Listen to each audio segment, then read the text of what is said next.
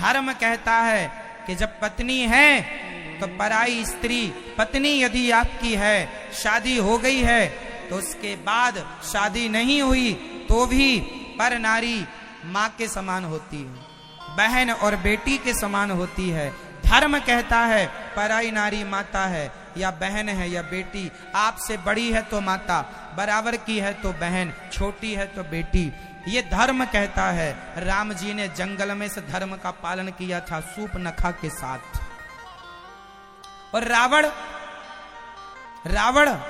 रावण को पता नहीं था कि धर्म क्या कहता है? रावण बहुत बड़ा जानकार था, धर्म का जानता था कि पराई नारी मां के तुल्य होती है, जानता था रावण कि पराई नारी का स्पर्श करना पाप है, जानता तो था, ज्ञानी तो था, पर मानता नहीं था। जैसे आप लोग जानते तो हैं, मानते नहीं। आप जानते हैं कि झूठ बोलना पाप है, नदी किनारे सांप है, जानते हैं आपके झूठ नहीं बोलना चाहिए, पर बोलते हैं। क्यों? क्योंकि आप भी जानते हैं, मानते नहीं।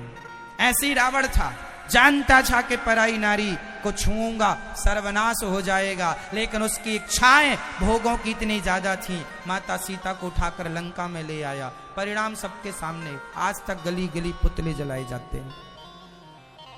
तो राम ने धर्म का पालन किया तो पूजते हैं, और रावण ने धर्म छोड़ दिया तो गली गली पुतले जलाए जा रहे हैं। पूजा राम की नहीं, राम के धर्म की पूजा है। राम जी के अंदर धर्म ना होता कौन पूजता? आज उन्हीं की पूजा होती है साहब जिनके अंदर धर्म होता है।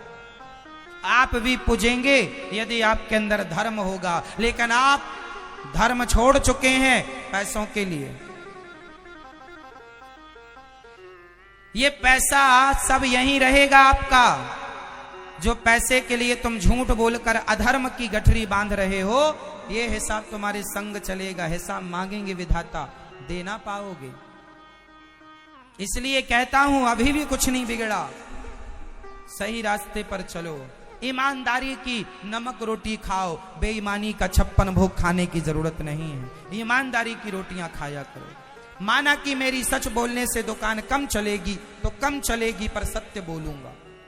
और सही मैं व्यवस्थित रूप से आप चलाओ, सत्य के रास्ते पर चलने वाला दुखी नहीं है साहब। मानसिकता बना ली है कि सच बोलने से चलेगा, सच बोलने से और ज्यादा चलेगा। तुम्हें विश्वास नहीं है तो हम क्या करें?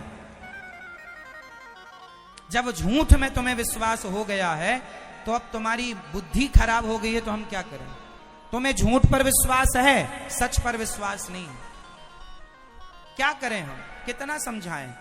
सुनते आप सब हो, जानते आप सब हो। अरे हमारे समझाने की आपको जरूरत नहीं है, जितना ज्ञान आपके पास ऑलरेडी मौजूद है उसी पर चल लो तो नैया पार हो जाएगी सबकी, कि कोई एक्स्ट्रा ज्ञान की जरूरत ही नहीं। लेकिन नहीं, हम ज्ञान तो बहुत बघार लेते हैं, बड़े बड़े ज्ञान की बातें औरों को। जब पड़ोसी मरता है तो आप लोग समझाने जाते हैं मत रो, ये तो आना जाना है, भगवान की लीला है, सबको मरना है। जब आप दूसरों के घर जाते हैं बड़े ज्ञान की बातें समझाते हैं, मत रोया करो, सबको ही मर जाना है। लेकिन आपके घर जब कोई मरता है तो आप माथा पीट पीट के रोते हैं। कहां चला गया वो ज्ञान, जिस ज्ञान से आपने कल दूसरों को समझाया था? आप अब अपने आप को क्यों नहीं समझा रहे? मतलब यही है कि आपका ज्ञान केवल रट्टू तोता है, आप सिर्फ रट्टू तोता है। आपके पास ज्ञान है, आपको मैं जानता हूं। जब कोई मर जाता है ना तो आप लोग समझाने जाते हैं और आप बहुत बढ़िया समझाते हैं उसको, मत रो, क्या होगा, जिसकी जितनी आयु थी उतनी भोगा, चला गया। तुम्हें भी मरना है, हमें भी। इस संसार में कोई रहा है क्या? ऐसा ज्ञान आप लोग देते हैं, बोलो हाँ या ना? मैया आप जाती हो ना पड़ोसन को समझाने, जब पड़ोसन के यहाँ कोई मरता है खूब समझाती हैं हमारी माताएं। लेकिन जब खुद के घर में कोई मर जाए तो ऐसे ऐसे रोती हैं, ऐसे ऐसे रोती हैं, माथा पीट पीट के। देखो इनको, ये वही लोग हैं जो 4 दिन पहले पड़ोसनों को समझाने गए थे कि मत रो, और देखो आज खुद रो रहे। मतलब ज्ञान है केवल दूसरों के लिए, खुद के लिए कुछ नहीं। काश ये ज्ञान आपका खुद के लिए होता तो आज आपकी इतनी बड़ी दुर्गति ना होती। ज्ञान की ना कमी थी, ना कमी है, ना कभी कमी होगी। बस जानने वालों की कमी नहीं है, मानने वालों की कमी है। सब लोग जानते हैं कि माता पिता भगवान होते हैं, कौन नहीं जानता, पर मानता कौन है? भगवान। शादी होती है, लुगाई को लेके चला जाता, बूढ़ी मां अपना बना के खाती रहती है। जानता तो था, माना कब? शादी हुई, पत्नी को लेके चला गया, बूढ़ी मां को गिलास भर पानी देने वाला, अब बुढ़ापे में कोई नहीं। बेटा को मां बोलती, बेटा कुछ दिन आओ हमारे साथ रहो, या फिर हमें बुला लो। तो बेटा, मां जहां हम रहते हैं ना वो कमरा छोटा है, थोड़ा भी यहां पर तुम सेटल नहीं हो पाओगी, तुम वहीं रहो। खुद की पत्नी के लिए कमरा छोटा नहीं उसको रखता है, मां के लिए छोटा पड़ गया।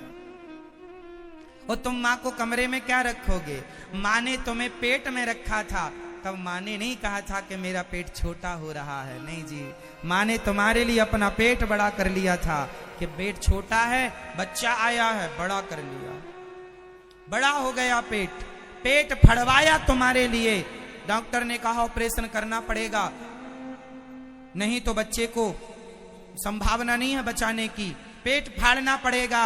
मां सहर्ष तैयार हो जाती है, पेट फाड़ दो पर बच्चे को जीवित निकालो। मां से कहा जाए कि तुम मरने वाली हो, अब दो में से एक ही बचेगा, या तुम्हारा बच्चा बचेगा या तुम बचोगी, या जच्चा बचेगा या बच्चा बचेगा। जच्चा मीन्स गर्भवती मां और बच्चा मीन्स गर्भ का बच्चा, जच्चा बच्चा। डॉक्टर बोले कि जच्चा बच्चा में एक ही बचेगा, दोनों में से बताओ किसको बचाएं। शायद पति से पूछे तो पति तो यही कहेगा पत्नी को बचाओ, पर मां से पूछा जाए तुम बताओ कि तुम्हारे बच्चे को बचा लूं कि तुम्हें बचा लूं, तो शायद मां यही कहेगी कि मुझे जाने दो, मेरे बच्चे को आने दो, मुझे जाने दो। एक मां है जो बच्चों के लिए मरना भी पसंद करती है, लेकिन वही बच्चे जानते हैं कि ये भगवान है, लेकिन मानता कौन है? जानता सब है।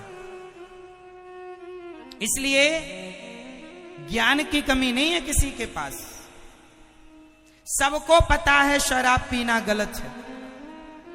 शराबी से पूछ लो क्यों भाई सही कर रहे हो, उसकी आत्मा कहेगी गलत कर रहा हूं, मैं गलत कर रहा हूं, मैं शराब नहीं पीना चाहता, गलत है ये, फिर भी पी रहा है, जानता है, मानता नहीं। मांस खाने वालों से पूछो क्यों तुम सही कर रहे हो, नहीं जी गलत है, फिर क्यों नहीं मानते? क्या करूं, जीभ चिकनी हो गई है, मांस खाने की आदी हो गई है। जानता है, मानता नहीं। इसलिए अब मुझे ये बताओ कि धर्म का पालन करेगा कौन? आप लोगों ने हाथ खड़ा कर लिया, नहीं जी हमसे नहीं होगा धर्म का पालन, हमसे नहीं बोला जाएगा सत्य। जब तुम धर्म का पालन नहीं करोगे, तुम सत्य नहीं बोलोगे, तो फिर मुझे ये बताओ कि सत्य बोलेगा कौन और धर्म का पालन करेगा कौन? कहां से लाऊं मैं धर्मात्माओं को? पाकिस्तान से उठा कर ले आऊं? कहां से लाऊं? धर्म का पालन तुम्हें करना पड़ेगा, और जब तुम धर्म का आचरण करोगे तब जाकर जीवन में सुख मिलेगा। आज का आदमी चिल्लाता है हम बड़े दुखी हैं, बड़े दुखी हैं, क्यों? क्योंकि तुम्हारे जीवन में धर्म नहीं है। जिसके जीवन में धर्म है साहब वो बहुत सुखी है, बहुत। उसके पास कुछ नहीं है तो भी सुखी है। घास की झोपड़ी में रहने वाला धर्म से जुड़ा है तो सुखी है, और अधर्मी सोने की लंका में क्यों ना हो बड़ा कष्ट पा रहा, बड़ा दुखी। तो सुख पैसे से नहीं, सुख धर्म से आता है।